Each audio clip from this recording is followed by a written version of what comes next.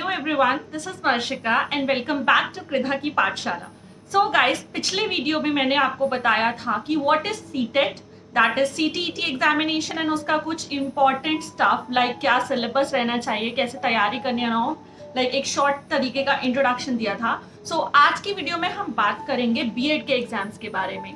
Yes guys, तो BEd के exams जैसे कि बहुत लोग जानते हैं अभी ऑनगोइंग प्रोसेस में है for the first year. MDU में एग्जाम्स कंडक्ट हो रहे हैं। सो बीएड का पेपर आपको किस तरह अटेम्प्ट करना है, क्या क्या इंपॉर्टेंट चीजें हैं जिससे आप ज्यादा अच्छा स्कोर कर सकते हो। सो आज वही कुछ पॉइंट्स अपने एक्सपीरियंस के थ्रू मैं आपके साथ शेयर करने वाली हूँ। अगर आपको यूजफुल लगे, हेल्पफुल लगे तो आप उसको इम्प्लीमेंट कर सकते हो, और अगर आपको लगता है कि हाँ ये पॉइंट्स आपकी नजरों में ठीक नहीं है या आप इसे इम्प्लीमेंट नहीं करना चाहते तो दी choice is yours. So guys, चलिए स्टार्ट करते हैं। देखिए, एमडीयू यूनिवर्सिटी से मैंने भी बीएड किया था। सो 2 ईयर प्रोग्राम मैंने किया था। सो उसके अंदर क्या है ना, लॉन्ग आंसर्स लिखने होते हैं। पेपर का जो एक पैटर्न है उसको समझना बहुत जरूरी है, क्योंकि सबसे पहली चीज क्या होती है, क्वेश्चन पेपर। क्वेश्चन पेपर को हमें समझना बहुत ज्यादा जरूरी है कि किस तरीके की उसकी मार्किंग स्कीम्स हैं और किस तरीके से हम पहले एटलीस्ट इतना पेपर अटेम्प्ट कर लें कि हमारे जो पासिंग मार्क्स हैं वो सिक्योर्ड हो जाए, राइट। बिकॉज बहुत सिंपल सा लॉजिक है इस चीज के पीछे कि एक तरफ से हमारे पासिंग मार्क्स जब सिक्योर्ड हो जाते हैं तो हमारा जो कॉन्फिडेंस लेवल है वो इंक्रीज हो जाता है, बूस्टअप हो जाता है कि हाँ अब एटलीस्ट मैं पास तो हो ही जाऊंगा या हो ही जाऊंगी, ठीक है। सो अब आप उसके बाद कितना अटेम्प्ट करते हो, कैसे अटेम्प्ट करते हो, वो सब आप करते हो अच्छा स्कोर करने के लिए, बिकॉज पास होना तो सबसे ज्यादा जरूरी है ना। तो वो एक इंपॉर्टेंट पॉइंट आपने कवर कर लिया कि उतना पेपर आपने अटेम्प्ट कर लिया सबसे पहले कि आपके पासिंग मार्क्स सिक्योर्ड हो जाए। बिकॉज सी, कोई भी क्वेश्चन पेपर होता है उसका मार्किंग स्कीम या उसका स्ट्रक्चर इस तरीके से बनाया जाता है कि एक एवरेज स्टूडेंट भी उसको बहुत अच्छे से क्रैक कर ले और जो इंटेलिजेंट वाला है वो उसको बहुत अच्छे से स्कोर कर ले। सो उसी तरीके से हमें पेपर का पैटर्न समझना बहुत ज्यादा जरूरी है, जो कि मैंने फर्स्ट पॉइंट बोला। बिकॉज जब आप पेपर का पैटर्न समझ जाओगे, half of the problem is already solve हो जाएगी। बिकॉज पासिंग मार्क्स सिक्योर करें, उसके बाद आप बूस्ट अप कर सकते हो खुद को। अपने आप देखना, एक कॉन्फिडेंस लेवल आपके अंदर आएगा कि हाँ अब बाकी का पेपर भी आप बहुत अच्छे से अटेम्प्ट कर लोगे। करके देखना बहुत फायदेमंद है। मैंने भी हमेशा से, not only in BEd, masters भी जब की थी, स्कूल लेवल पे भी, ग्रेजुएशन लेवल पे भी हमेशा इस ट्रिक को अपनाया है कि पहले पासिंग मार्क्स का कर दिया, लॉन्ग क्वेश्चन, शॉर्ट क्वेश्चन जो भी मुझे आते हैं, और हमारी टीचर्स भी हमेशा से कहती आई हैं, आपकी टीचर्स ने भी जरूर कहा होगा कि पहले वो क्वेश्चन अटेम्प्ट करने चाहिए जो हमें बहुत अच्छे से आते हैं। उसके पीछे का लॉजिक यही है कि बहुत अच्छे से जो आते हैं वो हम कर लेंगे तो हमारा एटलीस्ट पासिंग मार्क्स सिक्योर हो जाएंगे। तो बीएड की बात अगर हम करें एमडीयू से, प्रिसाइजली सीआरएसयू से या किसी भी यूनिवर्सिटी से, तो उसका पेपर का पैटर्न जितना मुझे समझ में आता है या याद है कि इस तरीके से होता है कि शॉर्ट क्वेश्चंस कंपलसरी होते हैं, लाइक 4 और 5 क्वेश्चंस वर देयर जहां पे आपको कंपलसरी शॉर्ट नोट्स लिखने ही लिखने हैं। तो गाइज वो शॉर्ट नोट्स बहुत ईजी होते हैं, बहुत जनरलाइज होते हैं। हाँ, 5 में से 3 शॉर्ट नोट हो सकता है ऐसे हो जो जनरलाइज हो, जो आप अगर अपना दिमाग लगाएं तो भी लिख सकते हो, या थोड़ा बहुत आपको उस कंटेंट की नॉलेज है तो आप बहुत इजीली लिख सकते हो। लेकिन हाँ, 2 क्वेश्चन जरूर ऐसे होंगे जो प्रॉपर किसी थ्योरी पे पूछे हुए होंगे या प्रॉपर किसी प्रिसाइज टॉपिक के ऊपर पूछे होंगे।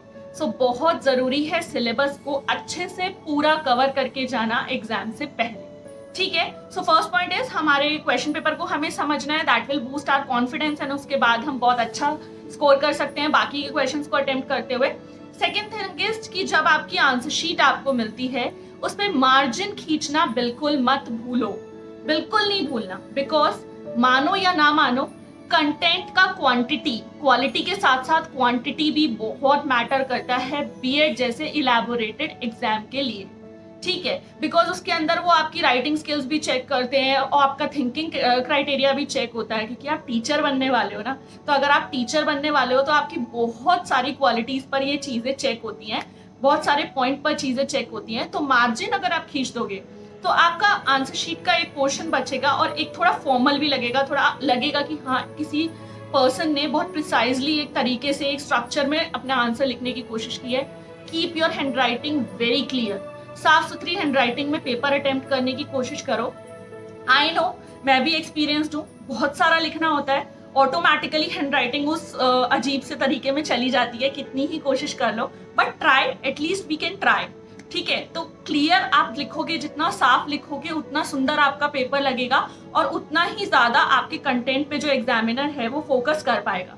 ठीक है, एक्यूरेसी बहुत जरूरी है, एक्यूरेट लिखना है। ऐसा नहीं होता गाइस कि आप कुछ भी लिखते चले जा रहे हो और आपको मार्क्स मिल जाएंगे जस्ट बिकॉज आपने बहुत सारे पेजेस भर दिए। कभी कभी बीच में कुछ कंटेंट इस तरीके का हो सकता है कि आप थोड़ा बहुत इररेलेवेंट लिख रहे हो, लेकिन ये तो नहीं है ना कि आपने इंट्रोडक्शन भी इररेलेवेंट लिख दिया, बीच की बॉडी भी इररेलेवेंट और कंक्लूड भी आपने किसी और तरीके से कर दिया।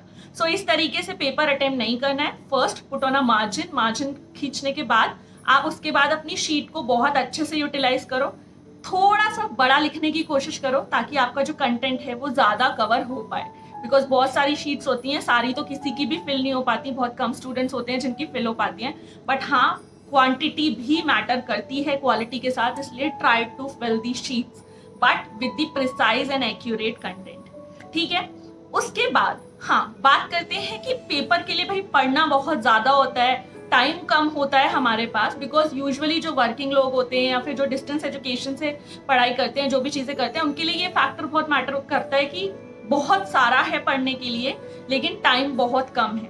तो उस सिनेरियो में क्या करना है, देखो जैसे कल बीएड का एग्जाम है लर्निंग एंड टीचिंग का। ठीक है, जो भी पर्सन है जो बहुत ज्यादा बिजी है उनको ये एग्जाम प्रिपेयर करने के लिए 2 days का टाइम मिला है, 2.5 वी कैन से, बिकॉज जिस दिन एग्जाम देकर आते हो उस दिन भी आधा दिन तो नहीं, लेकिन हाँ रात को थोड़ा बहुत पढ़ना चाहो तो पढ़ सकते हो। तो लर्निंग एंड टीचिंग का एग्जाम है, मैं एग्जाम्पल लेके बता रही हूँ, वैसे यही एग्जाम है कल। सो इस सिनेरियो में आप क्या कर सकते हो, पहले 4 यूनिट्स होती हैं। ठीक है, this is a book from Lakshmi publications, देख लीजिए, मुझे सबसे एक्यूरेट यही लगती है बीएड के लिए, फ्रॉम एमडीयू और सीआरएसयू अगर आप कर रहे हो जो भी है। ठीक है, because it is for CRSU, MDU, CBLU, IGU and JGU. ठीक है ना, इन यूनिवर्सिटीज के लिए ये है। सो हाँ मैं क्या बता रही थी आपको, हाँ कि आपको शॉर्ट क्वेश्चंस कवर कर लो।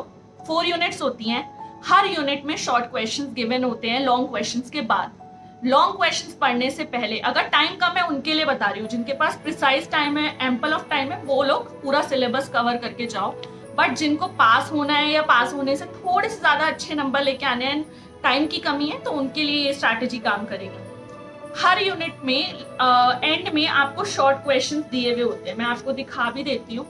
इस तरीके से होगा शॉर्ट आंसर टाइप क्वेश्चंस। ठीक है, तो आपको सबसे पहले हर यूनिट के ये शॉर्ट क्वेश्चंस कवर करने हैं। फायदा क्या होता है, शॉर्ट क्वेश्चंस में लॉन्ग क्वेश्चन का क्रक्स दिया हुआ होता है, समझ रहे हो, जो चीज बहुत इलैबोरेटेड वे में लिखी है शॉर्ट क्वेश्चन में उसको कंक्लूड करके जो मोस्ट इंपॉर्टेंट पॉइंट्स हैं वो गिवन होते हैं। सो आपको क्या करना है, शॉर्ट क्वेश्चन करने का यही फायदा, जल्दी हो जाते हैं वो, बिकॉज बहुत प्रिसाइज लिखा हुआ होता है। वही सेम चीज आ जाती है कि जब आप शॉर्ट क्वेश्चंस कर लोगे कवर, तब आपके अंदर अल्टीमेटली ऑटोमेटिकली एक कॉन्फिडेंस, एक मोटिवेशन आ जाएगा कि हाँ अब एटलीस्ट मुझे इस यूनिट के बारे में एक मोटा मोटा आइडिया है कि अगर मुझे कुछ भी नहीं आता तब भी मैं चीजें कनेक्ट करके लिख सकता हूँ पेपर में, या लिख सकती हूँ, सेफ हो जाओगे आप।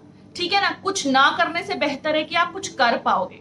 उसके बाद आपके पास जब टाइम बचता है then you can go for the long questions, because definitely यकीन मानो खुद भी गो थ्रू कर सकते हो अपनी बुक्स को, देख लेना शॉर्ट क्वेश्चंस में वो सारे topics, most of the topics मैं कहूंगी, सारे तो नहीं, most of the topics cover हो जाते हैं जो लॉन्ग क्वेश्चंस में दिए हुए होते हैं। सो ये एक बहुत सही ट्रिक है, क्योंकि ये मैंने अपने लिए अपनाई थी। हम लोग के पास भी ज्यादा टाइम नहीं होता था पढ़ने के लिए, तो मैं यही करती थी कि पहले शॉर्ट क्वेश्चंस पे अपना ग्रिप स्ट्रॉन्ग कर लेती थी, उसके बाद में लॉन्ग क्वेश्चंस पे जाती थी, तो वो लॉन्ग क्वेश्चंस मुझे बहुत अच्छे से समझ में आ जाते थे।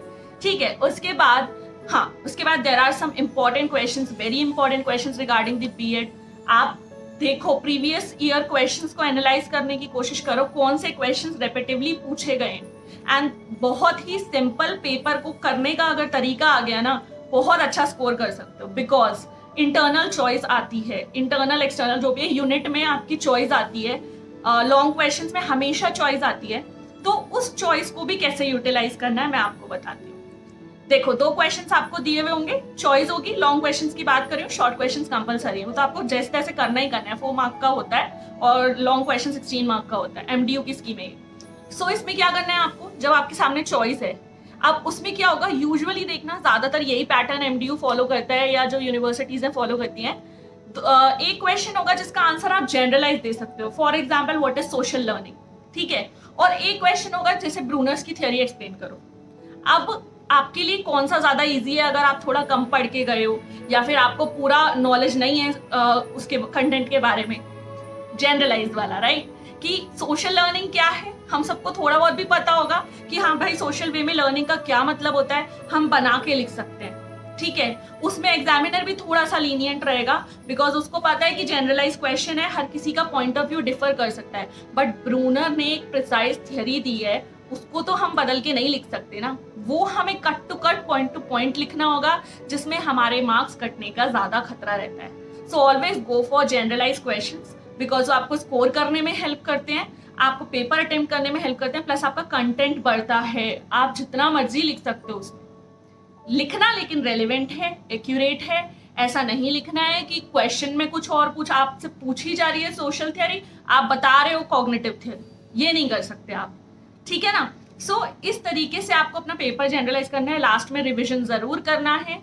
ट्राई करना है कि पूरा कंटेंट का पूरा सिलेबस आप कवर करके जाओ। नहीं हो पा रहा है, जो टिप्स एंड ट्रिक्स मैंने आपको दी हैं अडॉप्ट करके देखना, जरूर आपको इससे फायदा मिलेगा। और क्योंकि ये मैंने सिर्फ हवा में बातें नहीं की हैं, यही सेम चीजें मैंने अपने टाइम पे की थी and I scored somewhere around 76% in BEd, ठीक है ना। सो वही है कि अच्छे से करो, जो भी करो जितना करो अच्छे से करके आओ, टाइम को यूटिलाइज करने की कोशिश करो, बहुत ज्यादा मत भर दो लेकिन इतना कम भी मत लिख के आना कि बिल्कुल ही मार्क्स ना मिले।